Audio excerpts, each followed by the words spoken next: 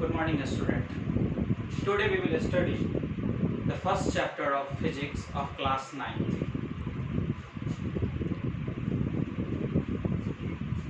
In this chapter we will study what is motion, what is rest, what is a scalar quantity, what is vector quantity, distance, displacement, speed, velocity, acceleration, and the equation of motion. These are all things we have to study one by one. So first of all we have to know when we say an object is in rest or motion. कब मैं बताऊं किसी object के बारे में कि वो object rest में है या फिर मोशन में. तो ऑब्जेक्ट, कोई भी ऑब्जेक्ट रेस्ट में है या मोशन में है तो ये रेस्ट और मोशन जो है ये रिलेटिव टर्म्स कहलाते हैं. मतलब कि अगर आप इनके देखने का, ऑब्जर्वर का अगर व्यू बदलता है तो एक ही ऑब्जेक्ट एक के लिए रेस्ट में और दूसरे के लिए मोशन में हो सकता है. एक सिंपल सा एग्जांपल हम लोग देखते हैं कि अगर कोई व्यक्ति रोड साइड पे खड़ा है, रोड साइड में, और एक बस जा रही है, बस में पैसेंजर बैठा हुआ है और बस जा रही है, तो जो रोड साइड में व्यक्ति खड़ा है उसके लिए वह बस और बस में बैठा हुआ व्यक्ति दोनों ही क्या है, मोशन में चल रहा है. लेकिन जब वह व्यक्ति बस के अंदर बैठ जाता है, जो रोड साइड में खड़ा है वो बस के अंदर बैठ गया, बस अभी भी चल रही है. बट अब अगर कोई पूछे उनसे कि जो बस में जो पैसेंजर बैठा हुआ था अब उनके लिए क्या है, वो रेस्ट में है या मोशन में, तो ऑब्वियस सी बात है कि अभी वह पैसेंजर उनके लिए रेस्ट में हो गया.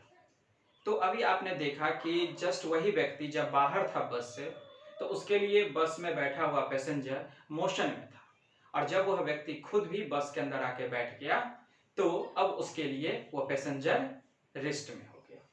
तो सिर्फ ऑब्जर्वर का व्यू बदला, प्लेस बदला, तो मतलब बदल गया. यानी एक ही ऑब्जेक्ट एक ही समय में किसी के लिए रेस्ट में है और किसी के लिए मोशन में है. तो कैसे हम, कुछ कंडीशन तो होगा जिसकी वजह से हम बता सकेंगे कि कोई ऑब्जेक्ट कब रेस्ट में होगा और कब मोशन में होगा. तो है क्या कि एक रेफरेंस पॉइंट होता है, और रेफरेंस पॉइंट हुआ कि किसी, रेफरेंस पॉइंट कभी भी एक फिक्स्ड जगह हो सकता है, फिक्स्ड कोई मंदिर होगा पॉपुलर, वो हो सकता है.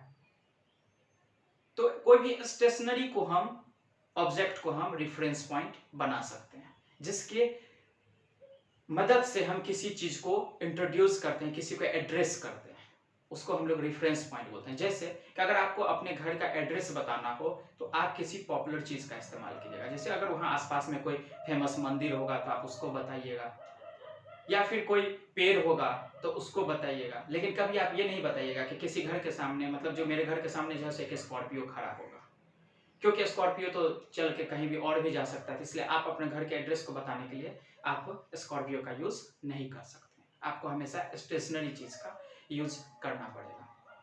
उसी को हम लोग बोलते हैं रेफरेंस पॉइंट. या फिर आप बोल सकते हैं इमीडिएट सराउंडिंग्स का भी टर्म का इस्तेमाल कर सकते हैं. और दूसरा हुआ कि समय. समय कभी भी रुकता नहीं है किसी, time never waits and time has only one direction. समय सिर्फ आगे बढ़ता है, कभी पीछे रिटर्न नहीं आ सकता है. तो समय, तो मोशन या रेस्ट को डिसाइड करने के लिए आपको दो चीज ध्यान रखना होगा, एक इमीडिएट सराउंडिंग, या फिर आप बोल सकते हैं रेफरेंस पॉइंट, या फिर एक हो गया समय. तो कोई ऑब्जेक्ट अगर रेस्ट में है तो इसके लिए क्या है कि मान लीजिए कि ये ऑब्जेक्ट अगर यहाँ है और अगर हम बोलते हैं कि ये रेस्ट में है, तो इसका मतलब है कि इसने अपना पोजीशन नहीं बदला है, पोजीशन चेंज नहीं किया है, नॉट चेंज पोजीशन. किसके रेफरेंस में? With respect to immediate surroundings.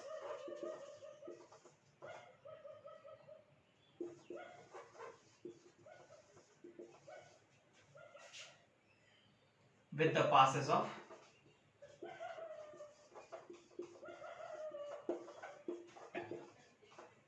तब वो ऑब्जेक्ट रेस्ट में कहलाएगा। लेकिन अगर यही ऑब्जेक्ट अपने इमीडिएट सराउंडिंग्स के रिस्पेक्ट में अगर अपना पोजीशन बदल लेता है with the passes of time, then the object is said to be in motion.